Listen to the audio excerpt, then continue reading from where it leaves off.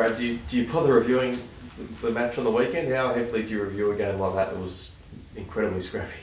Oh no, we review really closely. I mean, it's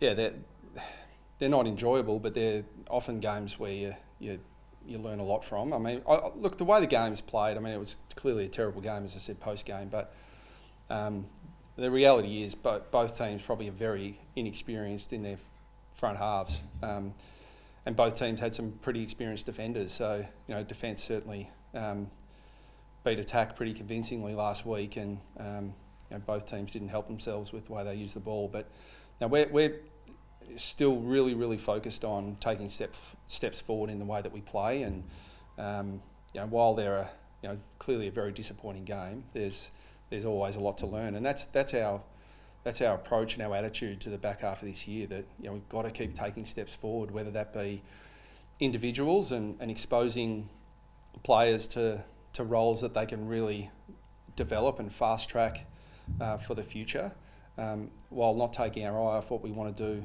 right now, which is get out and compete and do our best to win games of footy.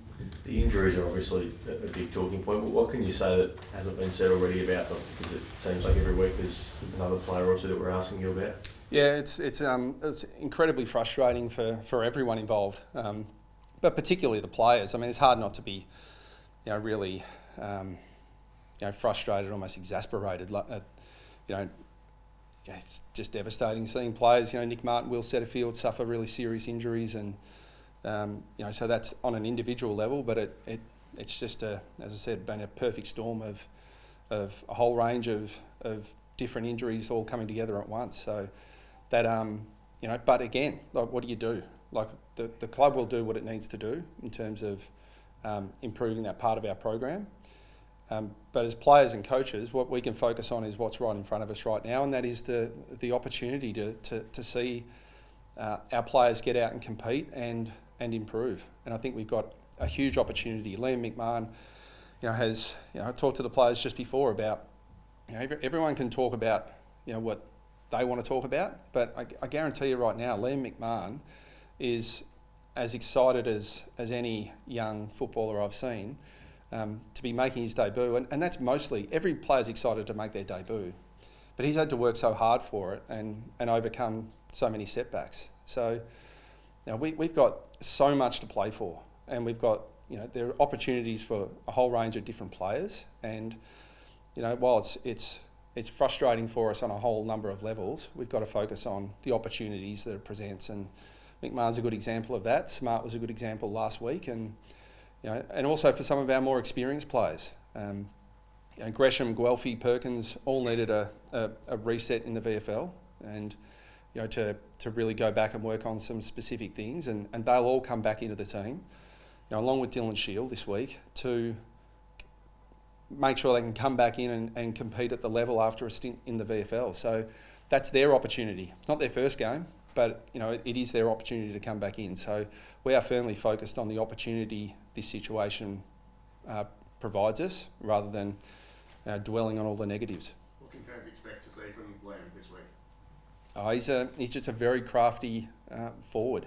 He finds a way to impact the game, usually on the scoreboard, but he impacts the game almost regardless of how the game's being played. He's one of those players that you have to spend a lot of time teaching forward craft. He's I don't like using the term, but he's a bit of a natural forward. He reads the ball really well. He reads the the cues of the opposition. He's a guy I'd like to kick the ball to. If I was kicking the ball in the forward 50, McMahon presents as well as most players in the competition. So, and he's done it, albeit at VFL level. But he's just had to work so hard, and I've got a real soft spot for players who get overlooked in drafts. In his case, he did get drafted, delisted, went back to the VFL, overlooked in an SSP twice, last pick in the mid-season draft. I mean, he's not taking this opportunity for granted.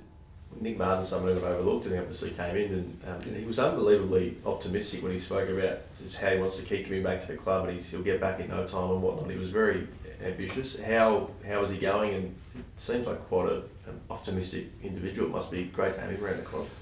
Well, again, history tells you a bit. You know, there are. I've talked about it a little bit. You know that you see players, clubs, coaches who have had things relatively easy, or things are going really well, and when things are going really well, everyone's happy and things are relatively easy, and you can have this sense of entitlement. I'm entitled to these things. Nick doesn't think he's entitled to an AFL career. I mean, when he's at year 12 at school in Western Australia, playing in the seconds at school level, and has basically been told through his junior career he's not good enough to play first 18 football at school, let alone play AFL football, and he's had to fight and prove himself over and over again. This setback for him is just like, yep, okay, it's a setback, but I've been through, while not a reconstruction, I've been through setbacks before, and I know I can come out the other side of it. And that's it's a pretty good moral for us right at the moment. It's difficult, but in difficult circumstances is when you have the opportunity to grow the most and get better. And that's where our focus needs to be. It's not to say we're not frustrated. I think you could sense from my demeanour post-game, you get to a point where it's like the frustration builds and builds and builds, and they're natural human reactions, but we all need to be, absorb the natural reaction and then come out the other side of it. And I'm an eternal optimist, but it doesn't mean I don't get flat at times. And Marto's a good example for us. Like, yeah, he's optimistic, but he's also had some pretty, dark moments. But he's been there before, and he knows the way out. How challenging a year has this been for you as a coach? I know you've said a lot, but I remember you saying you've never seen anything like this in terms of injuries. Has this been a different challenge to the one that you would have had to face across your coaching career? Oh yeah, it is. And but again, you get to choose how you respond to it, and it's when it's sort of setback after setback after setback, it's it is a real challenge. But all these words that we use when things are going well, like use terms like being resilient and fighting through tough times. It's not actually till you're in the tough times that you actually have to deliver on that. And so we're very, very focused on action. We can feel sorry for ourselves, or we can get out and really grow through this adversity. And that is really when you do improve, when things are really tough. It's not easy. No one would have chosen this. I mean, we weren't out to break any debutant records at the start of the year. We're already a very young team to start the year. But when you have injuries, you get even younger. So we certainly didn't plan that, but that's the situation we're in. It presents a unique opportunity, and our fans get to see our future. And some of these guys, like last week, I don't think our young players have let us down in terms of effort. Last week they looked like it sort of overwhelmed them a little bit, but we bounced back really quickly, and they're in a really good frame of mind to get out and compete against a really good team tomorrow night.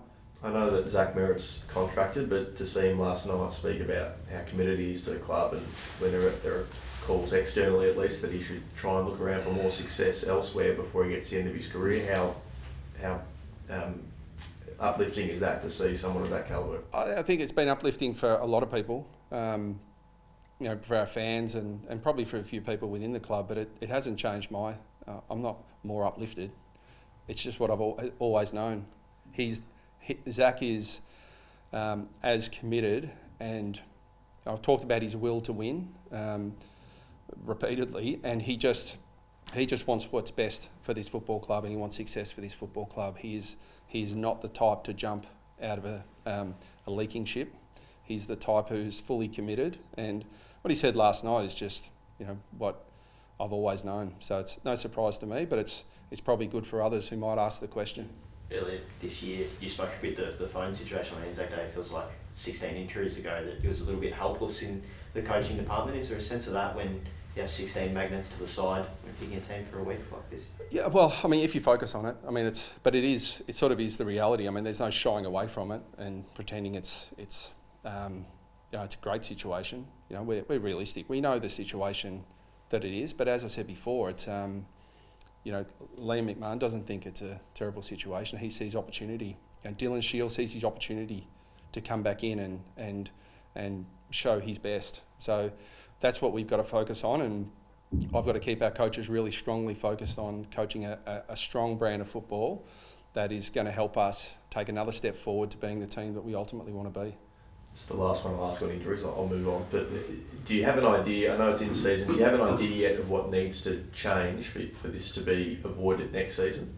I'm not deep in the weeds in that space. I've got a job to do in the short term, and this is a good example. A 5-day break. There's no time to be getting distracted from what I need to do. But I do have the utmost confidence in the people who are looking at our program, and there's no doubt we'll reallocate resources to that space, because it's we know better than anyone this year just how important it is to get your players out fit and available. The Giants offer 5-day break. How significant a challenge is that, particularly given the form they're in? Yeah, it's a big challenge. I mean, they've got a lot of capability, and the way they're playing at the moment, they're really challenging the opposition, and I think they're one of the probably a few teams who are from my observations anyway, starting to tinker with the way they play a little bit.